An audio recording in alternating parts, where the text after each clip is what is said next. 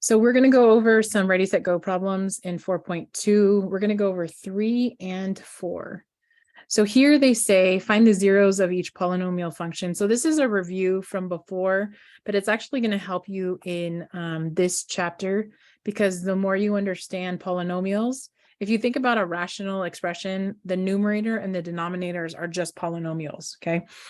So they want you to find the zeros of the polynomial, and they were nice to you because they gave it to you in factored form for number 3, right?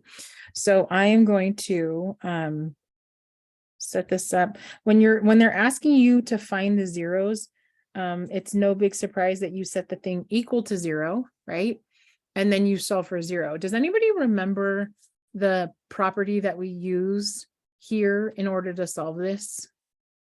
Do you remember this property? Do you remember the line? What happens next?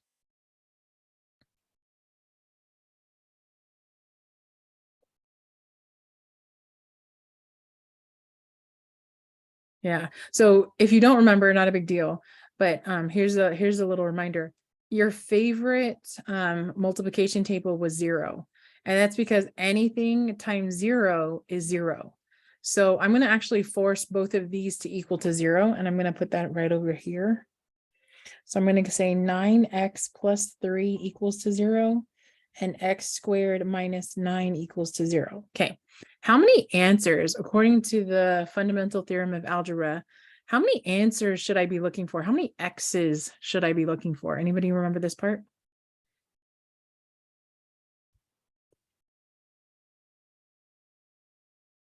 Take a guess. Because this actually matters, because you'll lose one if you don't pay attention. Does anybody remember how many zeros I should look for?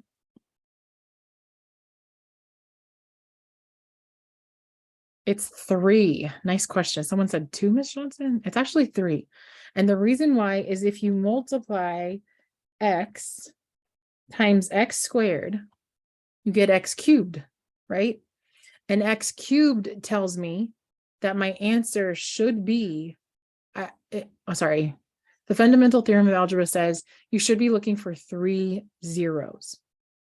Okay, you should be looking for 3 zeros. Some of those zeros may not be real. Remember, they could be complex, but that's okay. All right, so then I solve. So how do you solve this first one? I'm just going to subtract 3.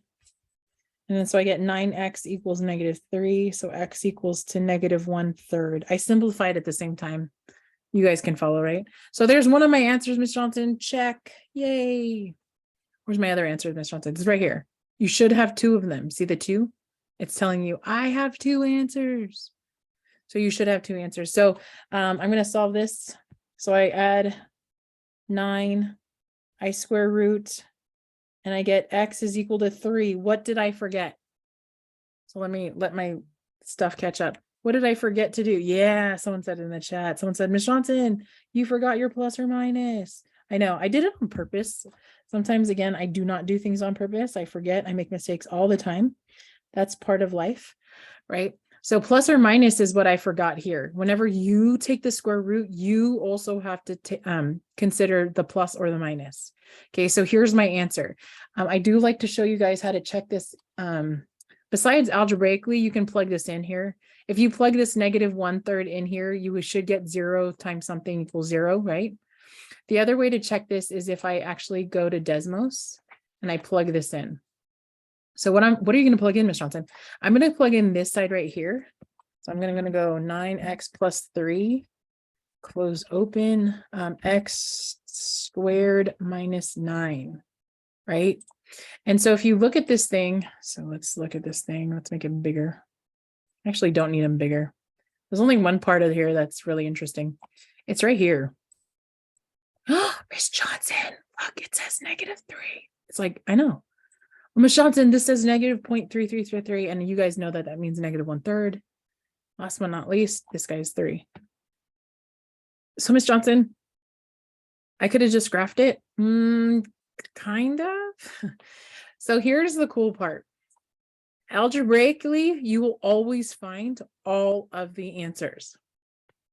Graphically, you will find all of the real answers.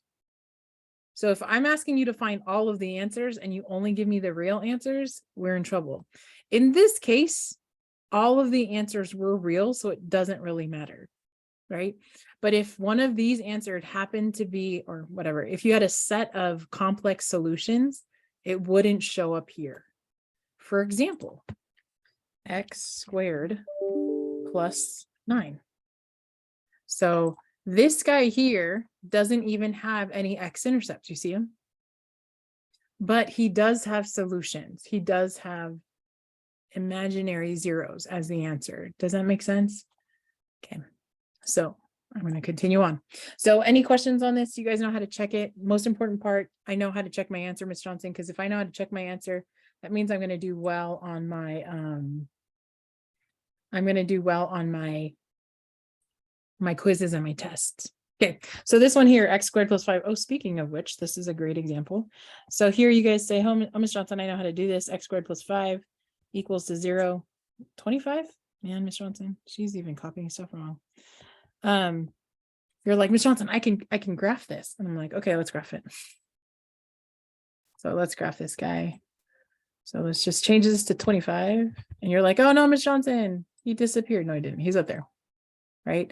And you're like, oh no, Ms. Johnson, he doesn't have any solutions. He doesn't have any real solutions, right? He doesn't have any real solutions. Okay, so how would I solve this? I do the same thing that I did over here with my x squared minus 9. I'd say x squared equals to negative 25. Yes, you guys all follow me? Oh man, I missed the opportunity. According to the fundamental theorem of algebra, how many answers should I look for? According to the fundamental theorem, yeah, I should be looking for 2. And in this case, I'm going to get 2 imaginary solutions, okay, or complex solutions.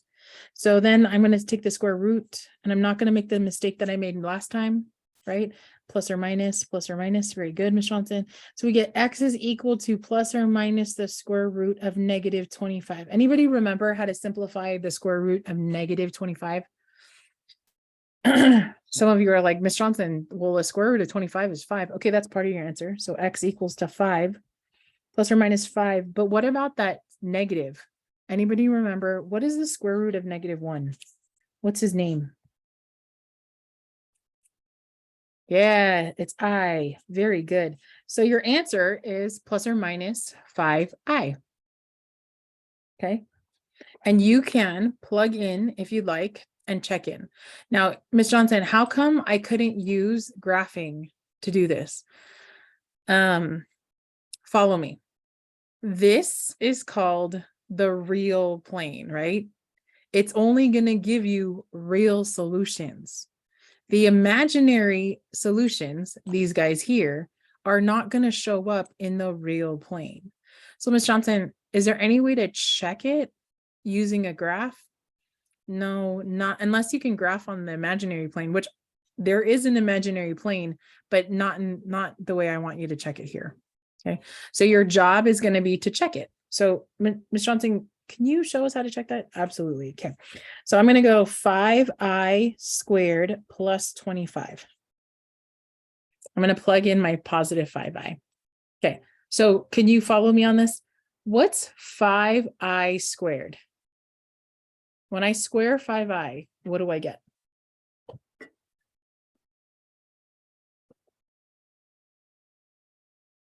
Okay, do it. So some of you are like, Ms. Johnson, I don't know what to do. 5i times 5i, guys. What's 5i times 5i? Yeah, it's 25. I agree with the 25. What's I times I? Yeah, I squared. Very good. Okay, I'm going to do a definition over here. If I equals the square root of negative 1, what's I squared equal to? Negative 1. If I equals to the square root of negative 1, if I square both sides, do you see how I'd get negative 1? Okay. So this is negative 25. And then I'm just going to bring down this plus 25. Which is equal to 0. Yay, look, my answer is good. Everybody good? Same thing would happen with that negative. A negative times a negative makes a positive, so it would look exactly the same as this. So algebraically, whenever someone tells you to solve something or find the zeros of something or find the roots of something, you should always be checking either algebraically and or graphically, right? Here, you can plug in all of these numbers here and it would come out to be a 0. For example, let's plug in 3. So when I plug in 3, 9 times 3 is 27 plus 3 is 30, right? This is 30 times 3 squared minus 9. Well, 3 squared is 9. 9 minus 9 is 0. 0 times 30, is that 0? Is 0 times 30 0? And you guys are like, yeah. So this is why Miss Johnson gets happy. This is why Miss Johnson loves math, okay? Because I can check my answers because Miss Johnson, she loves to be right. She loves being right. Okay, so there's 3 and 4 in order to find those. Very, very strong work. Boom.